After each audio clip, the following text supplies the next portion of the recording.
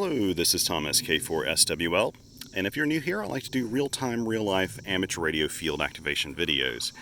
My videos have no editing, and basically I include everything, my successes and my mistakes, because this is kind of real radio here that we're doing. And today I'm at Lake Norman State Park in western North Carolina, just south of Statesville. And I just finished a park activation at Fort Dobbs moments ago. It went really well. We had a C-class flare going on. Then the bands became super unstable. I don't know what to expect here right now. It may be great, it may be horrible, because we're in the wake of something. So, thinking of something horrible, I decided to make a bit of a Frankentenna. So what do I call it? Frankentenna? Like a Frankenstein antenna. I was going to put up my speaker wire antenna that I've used in several of my other videos. It just has 28.5 foot of speaker wire. But I brought it with me here in my pack. I brought a bunch of stuff down here because I was just tinkering around. Instead, I pulled off one end of this from the BNC binding post and used it as a ground. And I had parts from my chameleon antenna, from my CHA MPAS Lite in the car. And so I basically set this up. Chameleon, the really cool thing about their antennas is you can configure them a bunch of different ways. And I configured this as sort of a random wire sloping antenna, I put it in sort of an inverted V shape, but it's a random wire antenna. I attached my speaker wire to the grounding point here, and it's just running along out here. I shot this line way up in the tree. I mean, this is a great thing about an arborist throw line. People have asked me before, how do you do that? Like, do you have super strength? No. In fact, quite the opposite. But these things, you just use physics to help you get the line up into the tree, and it worked out really well. Don't pay attention to my knots over here. I like to do clean knots, and this is not one of those situations because I kind of made this up as I went along. But the apex is very difficult to see, I'm sure. But the apex is up here somewhere, and I have a little ring that is running to the line. Here's the end of the line. So it kind of goes up in a V shape up to that point there. You can see it now, and slopes back down to where I have the end point. I don't know that I'd actually need a ground for this. I'm running 5 watts. Even if RF came back, I've got an inline choke, so it's unlikely that RF would make it back to my radio anyway. But even if so, the TX-500 would have no problem handling that. And that is what I'm using today, is the Discovery TX-500. Been looking for a reason to take it back out in the field. Kind of been doing my radios in rotation lately. And I have no idea if this antenna system will work, though. I really don't. I have not tried this yet. Haven't tuned it, haven't done anything. So you're going to see some reflection here. People ask me about radios and how easy they are to see in the field. You'll have to trust me on this. The video, I don't know if it's polarization or what, the video exaggerates the what you see here from the trees overhead. It's about noon, so sunlight's coming directly through the trees, and you can see all the leaves and stuff on it. So it's kind of high contrast. In reality, I have no problem seeing that with my eyes sitting here. But that's just the nature of those those types of displays. Let's turn this on, see what we got. I did set up the hammers application. I will have to spot myself here too to the network because I did not announce this one. Knowing that, what I did was I'd scheduled the activation with Fort Dobbs earlier, but didn't do that now. Let's see, I've got ants running around everywhere too. That's kind of every place I go, the ants follow me. Okay, let's see. What should I do now? The power is set to 5 watts because that's what I do. But this is capable of 10 watts, of course. Oh, actually, yeah, I need to tune, don't I? I'm not hearing anybody here. We're in lower sideband. We need to be in CW. Let's go back around there. There we go. Regular CW mode. That receiver is very quiet. I see a lot of activity down here. Okay.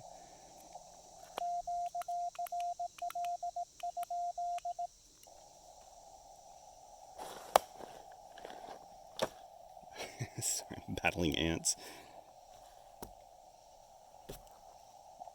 Okay, stay off my stuff. Here we go.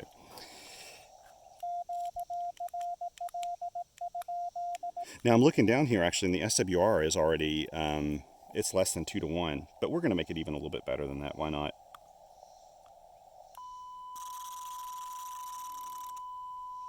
There we go, 1 to 1.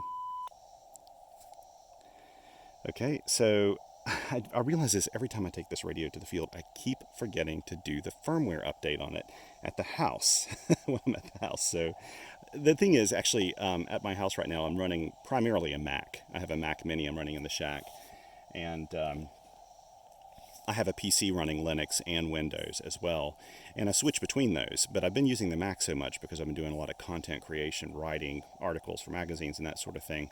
And I have to pull up the PC whenever I do the firmware updates because that's what I have the drivers on, and I just forget to do it when I'm at home. Once I do the update, I'll be able to do a beacon mode here with the memory keyer, which will be really, really nice. So anyway, let's go ahead and, well, you know what? I need to spot myself first. I would go ahead and give a call, but it's not going to help me because I haven't scheduled this activation. So we're on, oh wait, whoa, what am I doing? 7262. That's the reason it was in single sideband mode. Let's go back into this. Okay, let's go, let's just move down here. That's what was going on. That's the reason why it looked like I saw the single sideband signals there too. I thought, there we go. I can see a lot of CW signals here too. Let's move the mode.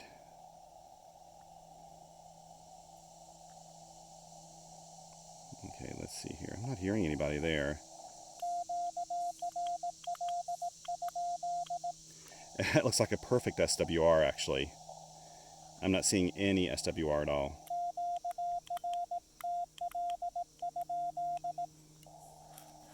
Good. Okay. So I can put in 7063 as my frequency. My park reference is K-2740, I believe, right? Yeah, 2740. Comments, I'll just put CW. And that sets the spot to be a CW spot. Now let's see. Yep, there we go. So that looks good.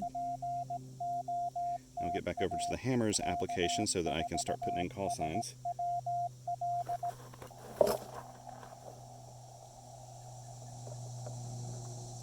Man, these ants are driving me nuts. It's funny, there's another picnic table over here, and I left that one alone because I saw so many ants on it, but they only become a problem when they get in your sandals.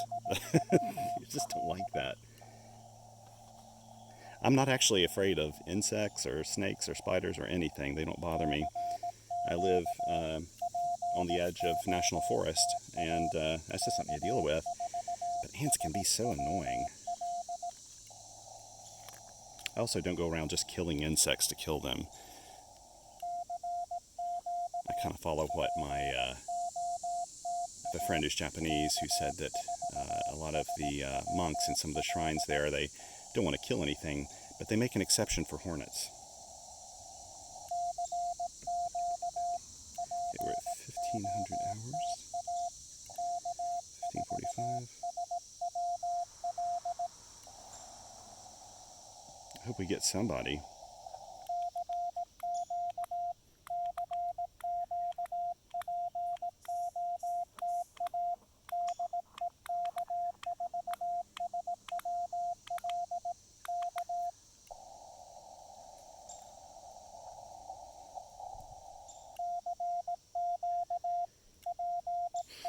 I'm guessing that this antenna may have a bit of some NVIS quality to it because it's kind of an inverted V configuration, kind of low to the ground.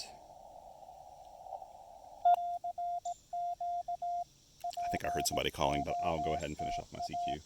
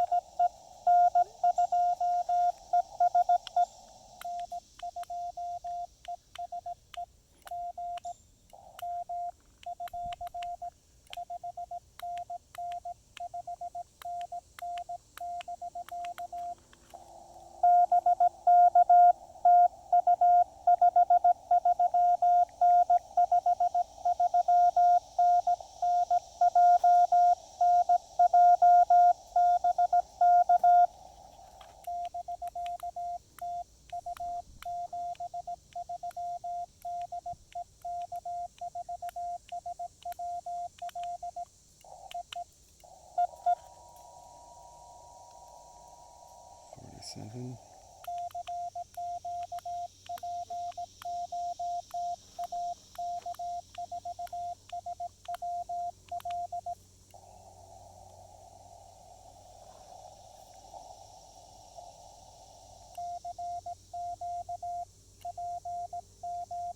So I am logging over here in the hammers application on the side. I'm liking this so far. Still kind of new with the hammers thing, but so many people in SOTA and POTA like it.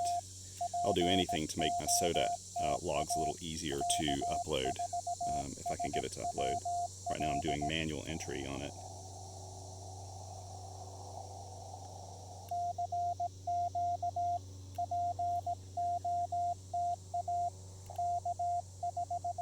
It is crazy humid right now. You can't tell from the video probably, but I'm like sweating just sitting here doing nothing. I made up my mind today I'm not going to go on a hike. I'd love to go on the Lakeshore hike here. It's one of my favorites at this park. But it's about 6 miles, and though it's not a super strenuous hike, it's hot today. I bet you that it'll hit 92, 93 today. And with the humidity, I'm just not interested. Just not interested.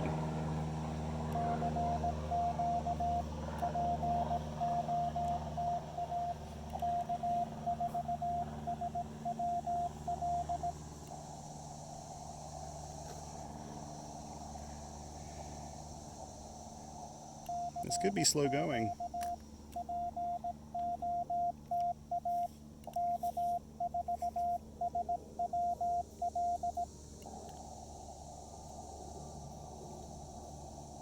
I can't really stay here much beyond an hour today. And I'm not so sure that this video camera will do an hour. The battery's starting to run a little low because I did another activation prior to this. So it could just end abruptly, and if it does that, I'm really sorry. And by the way, a lot of you have been asking about Hazel, my dog, and she hasn't been with me on activation in a while, and a lot of the reason why is because she had a pretty invasive ear surgery, even more so than we realized it was going to be, something called a total ear canal ablation. It was done in both of her ears. She had a lot of congenital ear problem, and this helped it, but she was out of commission for a good 3 weeks with a big old cone of shame on. It's just taken her a while, and I don't take her on activations in the Piedmont of North Carolina because she's usually not with me on those trips. But when I'm doing activations up and around my home in the mountains, that's when I take her, and I'll be taking her out again soon. She's feeling fine now and adjusting. Her hearing's a little different. Because that procedure, though her hearing was suffering anyway because she had inner ear infections and stuff, it kind of does away with one whole part of her hearing. She can still hear stuff, but not as well as she could have when she was a puppy. And she's adjusting to it okay. I may move up to 30 meters here in a second. Looks like 40 may be flat. Sometimes when we get those solar flares, it'll wipe out 40 meters. But it's funny, N2 ESE was super strong. I'll do one more call here and then make QSY.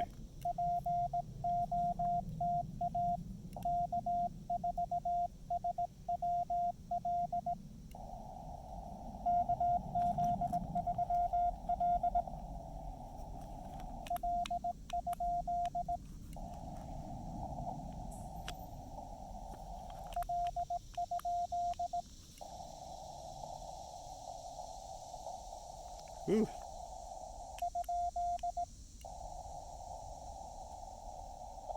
They just disappeared.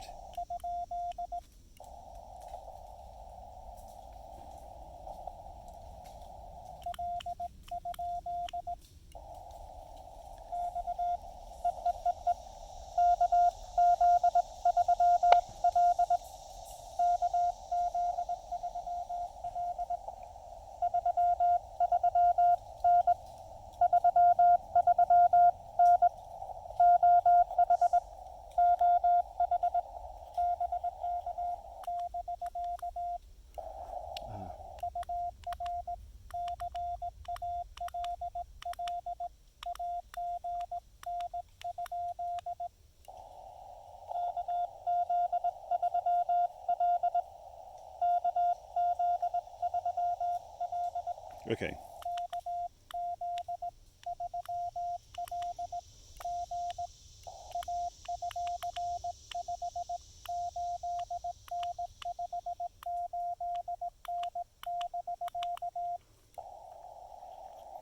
KZ3L.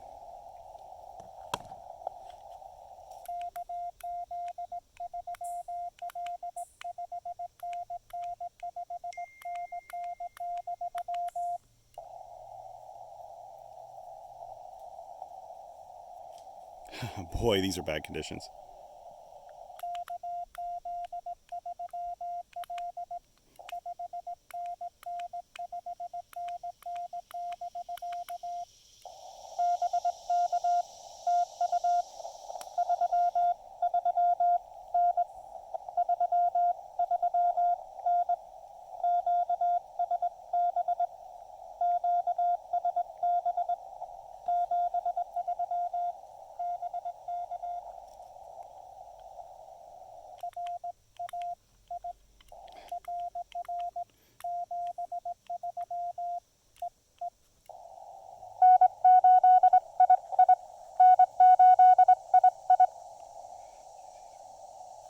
Okay, let's see here. I'm getting there.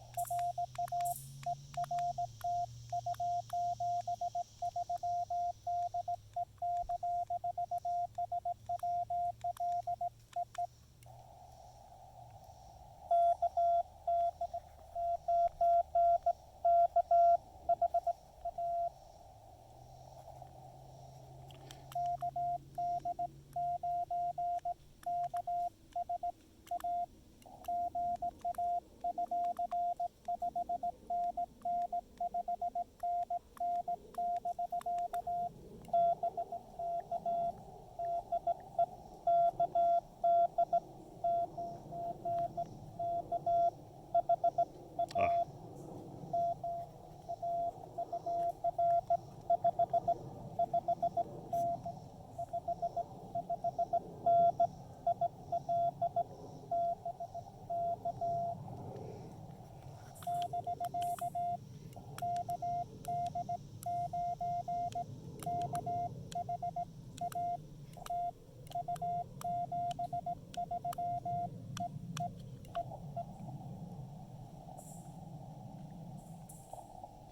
CHA. Sorry, I'm doing this in the background here. In the background, I'm actually logging all this, making sure I've got my logs correct. Okay, 1, 2, 3, 4, 5. 1, 2, 3, 4, 5. Yes, I got everybody in here.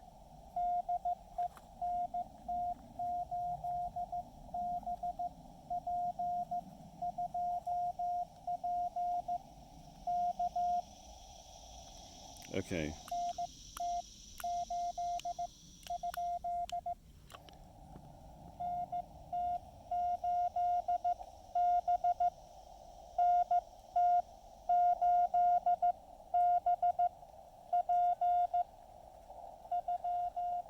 Ah.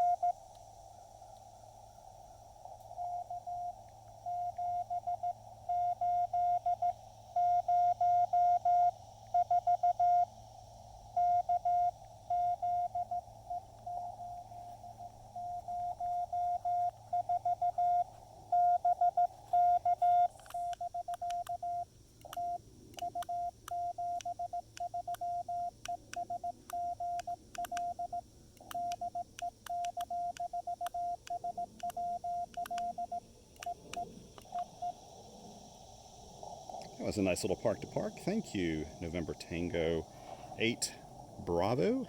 I appreciate that. So I was trying to do a lot of things here in the background. One thing I wanted to mention is sometimes when I come back to somebody, if they just disappear on me, in fact, this person, I got them in. What I'll often do is I come back, maybe I give them a report of 579 or 559 or something. If I come back to them and I'm going back over and over and over again because of the fading, you may have heard in one of the previous exchanges, I can't remember if it was KD9, KHA, or who, but you could hear the band come way up, like they were pegging the meter, then they went way down. Well, when you're sending, you may hit the trough, and then someone can't hear you come back to them, so you try to send it a few times over and over again and keep it short. So I'll do like just 599, just to let them know I got you, you're in the books, I heard you. I won't give them a true signal report. Sometimes when I come back for a second or third time, I just do what's quick, so that I can...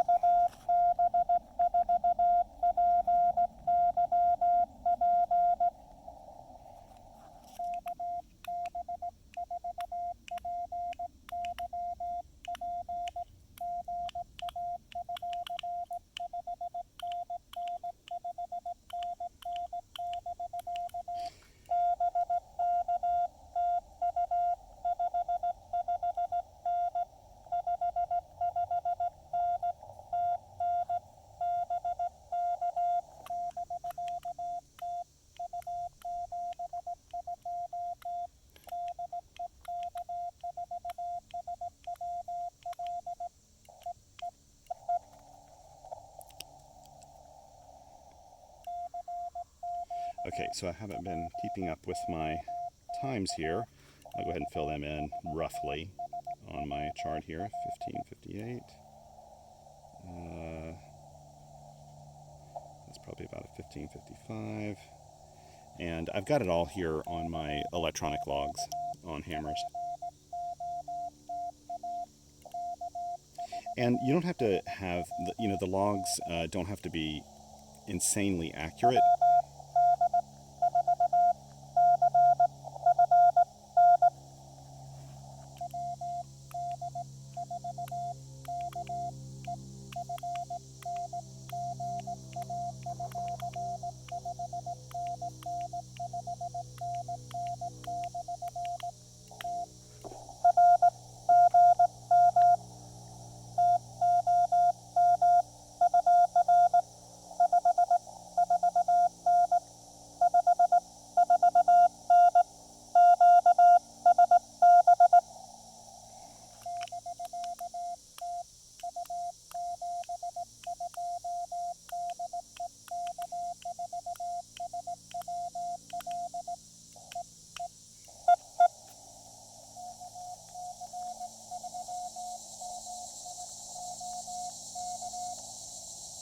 Okay.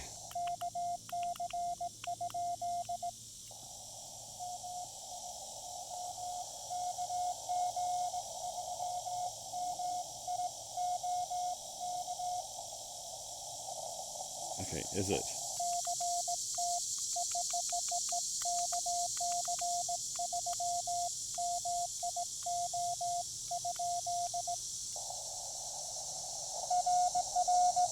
Okay.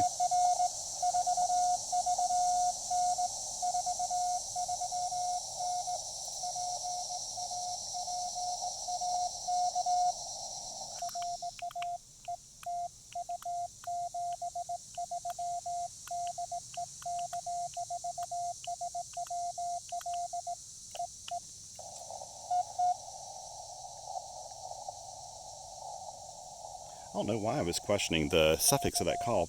Well, actually, I do know why. My wife's call sign is K4MOI, and when I wrote this down, I thought, maybe that's not right.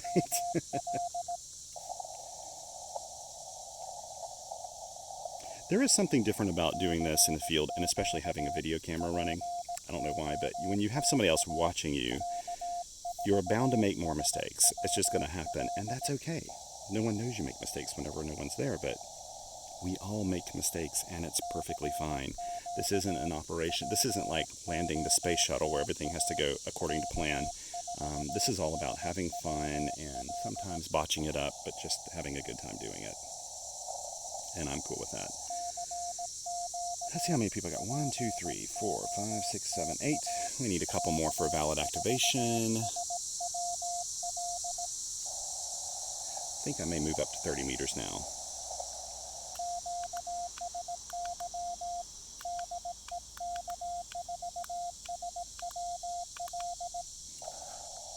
Here's what I just sent. QSY.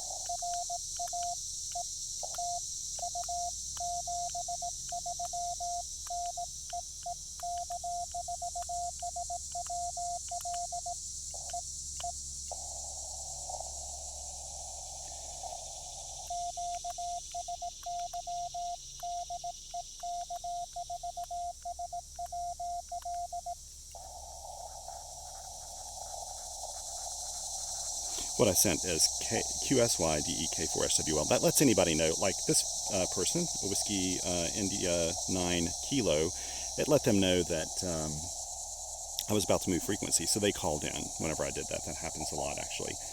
Let's move up to the 30-meter band, and I may not do a whole lot more than this because, frankly, I have to say, I think this antenna situation is working very well. I have had no issue right now working who I needed to work. And here's the really cool thing about the Hammers app. If I go here to the QSO map, I can actually see where I was working, like all those stations. It shows a little map with labels, and that's kind of nice. I like that. It'd look a lot better on an iPad or something, but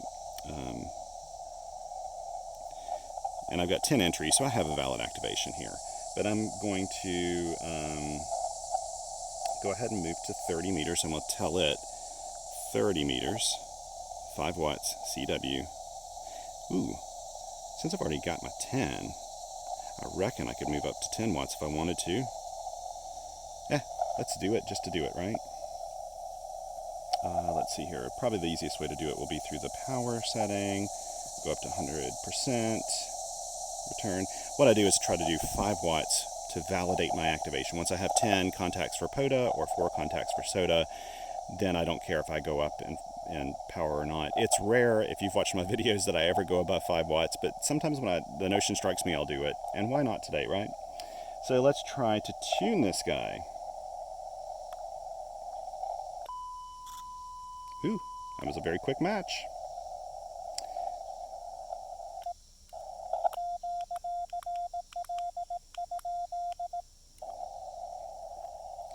So now we'll move to 30 meters CW. I guess I could do some phone here today, but to be honest, I am running a little late on, or a little low on time. So I think I'll just keep doing this. Oh, whoops, that's what I always do. Let's move this back over to the CW memories. Go ahead and send this.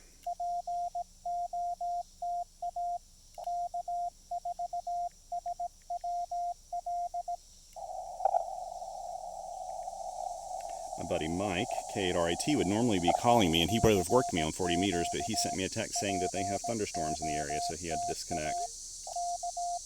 Always a good idea.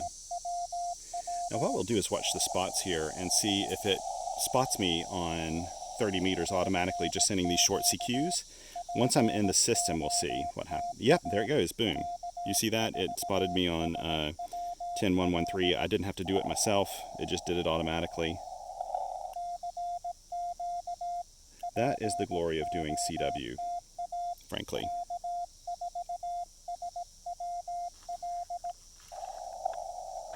You get functionality like this. It's worth learning CW if you're a park activator or a summit activator, just to use the reverse beacon network functionality. Oh my goodness, it's so nice. I remember when I first started doing CW activations, you have to schedule it in order for the systems to spot you off of the reverse beacon network. I scheduled one. I was out in the middle of nowhere, no signal. I didn't have a cell phone signal for 1 hour of driving to that site.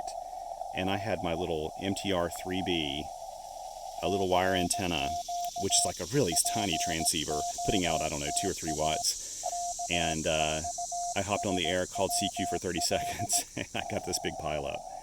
And I was thinking, man, this is just so amazing. When you hear those, kind of static crashes, those are from thunderstorms. And there are clouds forming over me right now, actually. It got dark here a second ago, and I was expecting a thunder shower. Let me check the weather map here in a second. But I don't plan to be here much longer. In fact, I'm only going to work maybe 5 more minutes. Famous last words, right? So we can get any customers. I've also brought, this is my redox bag. Oh, I can't show you right now while I'm doing this. If I remember, I'll try to show you at the end of the video. It's my redox bag that I have for keeping the TX-500, and I think it looks pretty darn good. I got a black one. Never had a solid black one from them before. And this is their, this bag's called, what is it called? It's called the Micromanager. And yeah, you can kind of see it here. It's awfully close up, but this bag is awesome for the TX-500. It's a little on the big side, but it holds all of my gear, including my line and everything. Plus it's redox bag, and if you don't know me, I absolutely love redox. They make all their gear in Montana. I have no affiliation with them at all, other than they will occasionally, because I write up reports for gear. They'll send me preliminary, they've sent me stuff before to evaluate before it was on the market. In fact, the Micromanager was one of those. And I ended up buying 3 of the Micromanagers. I bought one for my wife, and I also bought this one. I like them so much. And their gear is guaranteed for life. It's one of those things where you're paying for what you get. They're kind of like, they remind me actually in the antenna world, in the ham radio world, they remind me a lot of Chameleon. They make all their stuff here. They have a killer warranty. They're always there to help you. That's what I like. 30 meters sounds dead.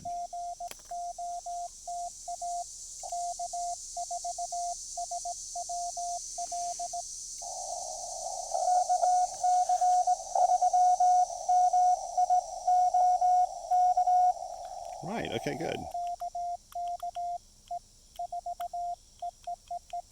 Okay.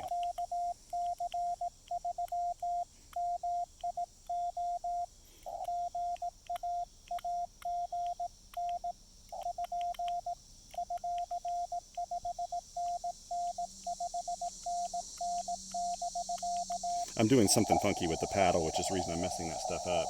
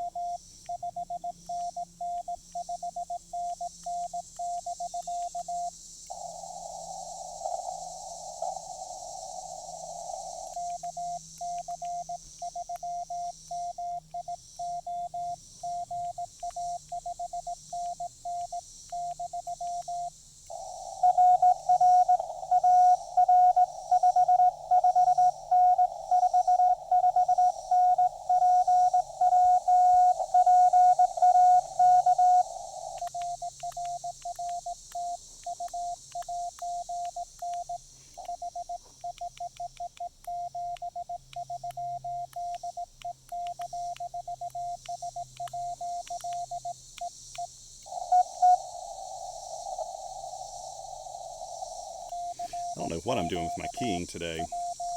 It's a little off. I'm holding this at an angle, I think, because I'm thinking about the camera, and I'm just kind of screwing it up when I'm doing it when I do that.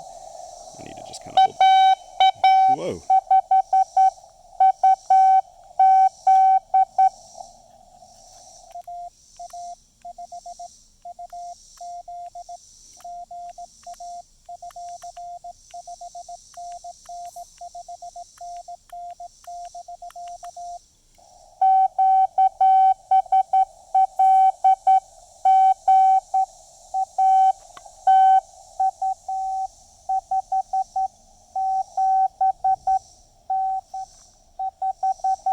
Always good to put Judy in the logs.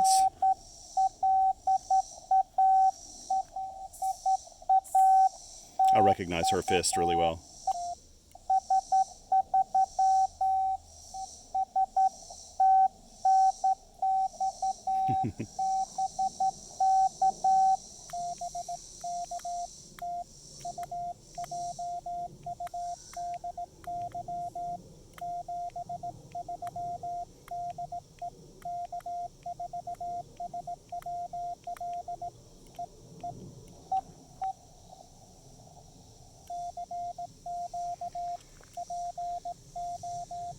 It's like a little community of friends that get together on the air. It's really nice. Not quite like a net or anything, but I like it.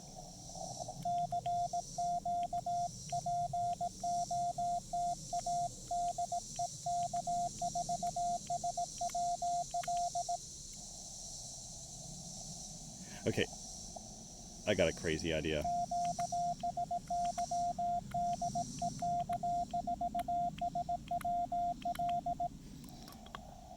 I'm curious if this situation I have here with the Frank antenna, well, it's really a chameleon antenna with just my own grounding wire on it. Let's see if we can load up 80 meters. Okay, let's see here. Let's go over to tone. Hold that. Yeah, boy, did it very easily. Okay. Okay, well, let's see here.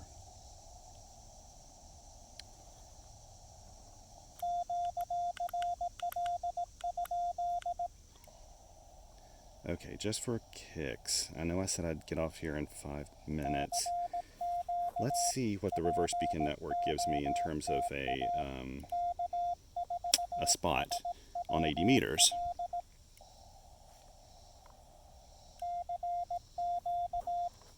I think I may have mentioned in a previous video that I heard from someone who quoted someone who works on the reverse beacon network, and they said that you don't actually have to do really long calls.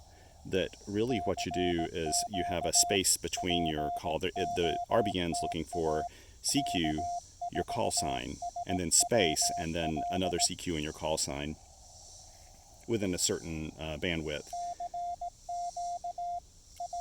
I don't know how efficient this antenna would be on 80 meters, but you know, it's a pretty long radiator. It may be okay. Let's see if it switches to... I feel like it's going to rain on me here in a second. I've got the right radio out for that.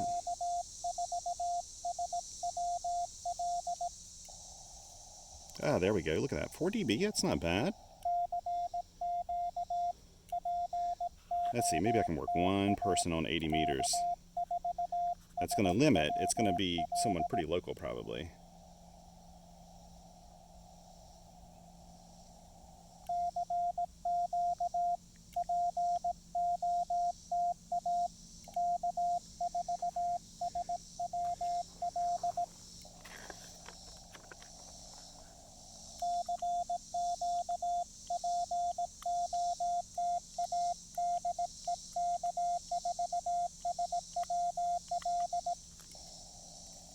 I can tighten these up a little bit. I've actually got those pretty swingy.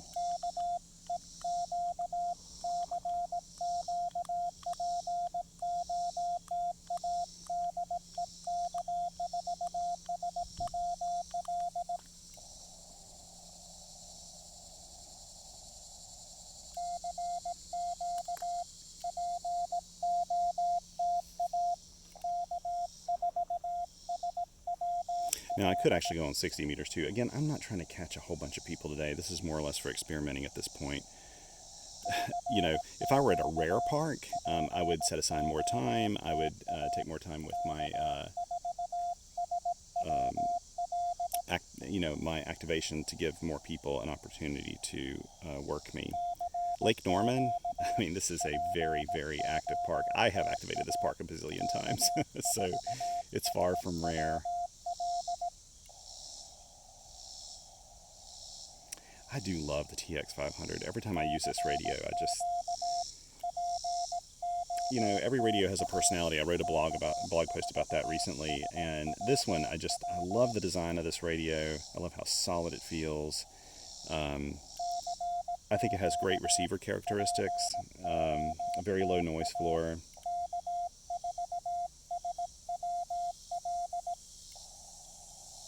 If I'm being honest, what I'd really like to have for this is something besides the speaker mic as a speaker. I'd like to make my own little custom external speaker for this that would hook up to this GX12 connector.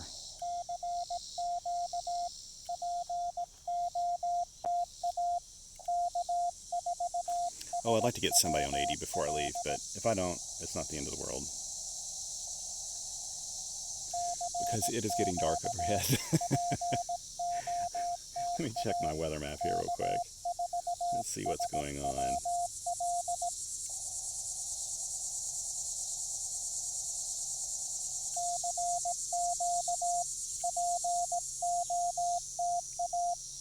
It's actually not showing a lot of activity on the weather map.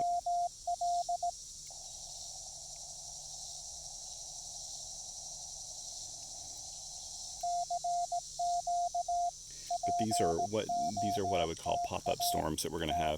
It's hot, it's humid, all the conditions are right, a lot of sunshine. It can heat up things on the ground and create a nice situation for just pop-ups.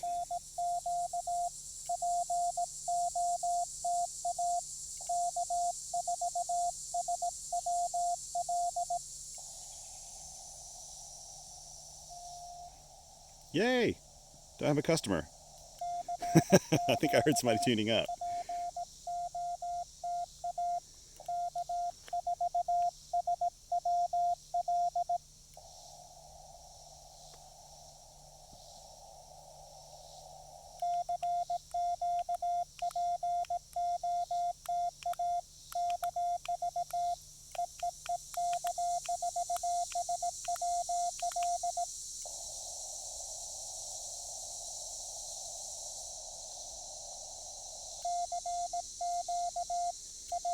Well, I thought I had a customer.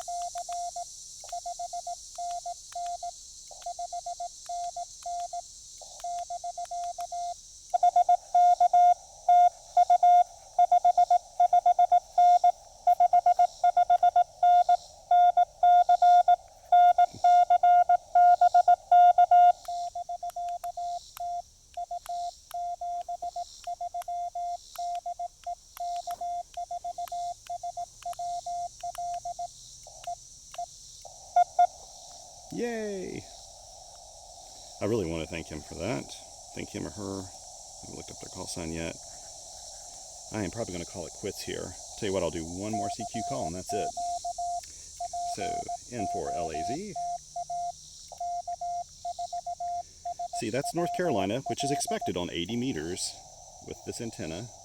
Oh, yeah, he's in Statesville. Yeah, all right. Yeah, I know exactly who this is, actually. N4LAZ, of course. He's the guy that actually had posted something about Fort Dobbs that I just activated. He posted something a few weeks ago, which gave me the idea to even go to Fort Dobbs and check it out. Actually, what he did for me, and thank you, Andrew, for doing this, is he pointed out the fact that they have a shelter there. And when I'd been to the site before, I didn't see the shelter, and I thought I'd just be in a parking lot with hardly any trees, and I just didn't want to bake out there, and that's one of the reasons I hadn't gone out to Fort Dobbs. But they have this whole shelter and picnic area below there that's all shaded with nice trees. I mean, it's actually a fantastic site for doing Parks on the Air. So anyway, I appreciate that, Andrew. And with that, I'm going to hop off the air.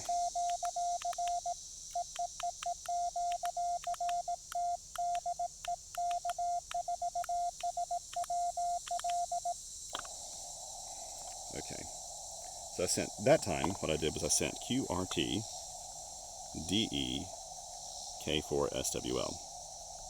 And I do that for the same reason I do QSY DEK4SWL. Just give somebody a chance, if they want to put in one more call, they can do that. And there have actually been activations where I've sent QRT and I would get like a series of 10 people calling me afterwards.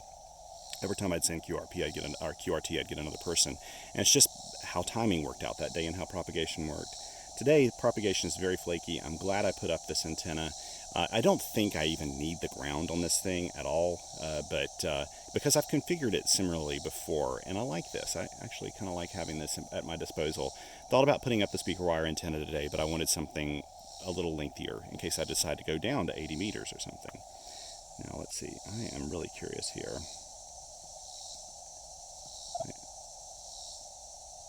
I don't see anything out here. You know what? I'll wait. I'll wait and try this another time because I really do need to go. It's an experiment. But when I do that, I end up starting to call CQ, and I don't want to. 160 right now would be almost just, there's just nobody going to be out there. I have done 160 meters here in Statesville, or in at Lake Norman, and the great thing about that is there are so many operators in Charlotte, and that's who I worked, was one in Charlotte when I did this. But it's just not worth it today. It's hot. I need to get packed up. I've got some things to do. I need to be back to the house by about 2 o'clock today, so I've only got about an hour and a half. So it'll take me 15 minutes to pack this up. It looks like a lot, but it won't take me long to pack this up. Thank you so much for joining me today, and I hope you guys get a chance to hop out in the field or hunt some parks or some summits or islands or anything on the air that you can find, because to be honest, all this is about having fun, not doing it perfectly, just having a good time, enjoying yourself, hanging out with your friends here on the air. And that's always fun. If you got any questions about the TX-500 or any of the equipment I got here, feel free to comment below. Also, I always keep a full activation report on QRPer.com, and I will link to it below. So just click on that link and it'll have all the gear info on there. If I'm missing something, I mean, I've gotten so many questions about this particular pencil. There's a link to the pencil in there. There's a link to this pad that I use and everything. I mean, I try to put everything in there. If I miss something, let me know. Oh, yes, speaking of missing something, this is the Red Ox Micromanager. It's a little dirty right now because I've had it on the ground. I like it. It's very high vis on the inside. I stick the TX-500 in this pouch. It actually has a clasp here. I can put it in. I also have this Tom Ben travel tray, and I put all the accessories in here. I decided with the TX-500 I was going to go with all black stuff. That way I won't forget. And in fact, Ted Mack had sent me this single lever paddle that's probably going to live with the TX-500 because it just looks cool with it, doesn't it? Red and black. I think they look really great together. So it'll go and live in here in this bag. And I love this thing, though. It's great. These are not inexpensive. These are expensive bags, but they'll last you forever. I mean, I love them. Like I said, I've got 3 of these. I like it so much. Really simple. They work really well, and Red Ox is just a killer company. I need to talk to them. I like to promote them. I just do it for free. I need to get them as a sponsor or something. You know why? I'd like them to make radio bags. I'd really like them to make bags designed for some of our radios. I'd like to see them design a bag for the 705, the ICOM 705. I have a few of their bags for radios. In fact, I've also got their one called the Booty Boss, which I've used with the KX1, the KX2, the MTR3B, some of the smaller radios. In fact, someone only recently suggested using the KX2 in that radio. I hadn't even thought about putting it in there, and that's a really great bag for that. So yeah, I'd love for them to make some stuff, because if they made a radio bag, it'd last you longer than the radio would last you. It'd last you forever. Anyway, thank you so much and for listening to me ramble on. If you have any sense, you'll probably look for a different YouTube channel next time. I hope I haven't put anyone to sleep. Thanks for joining me, and as always, 7 threes.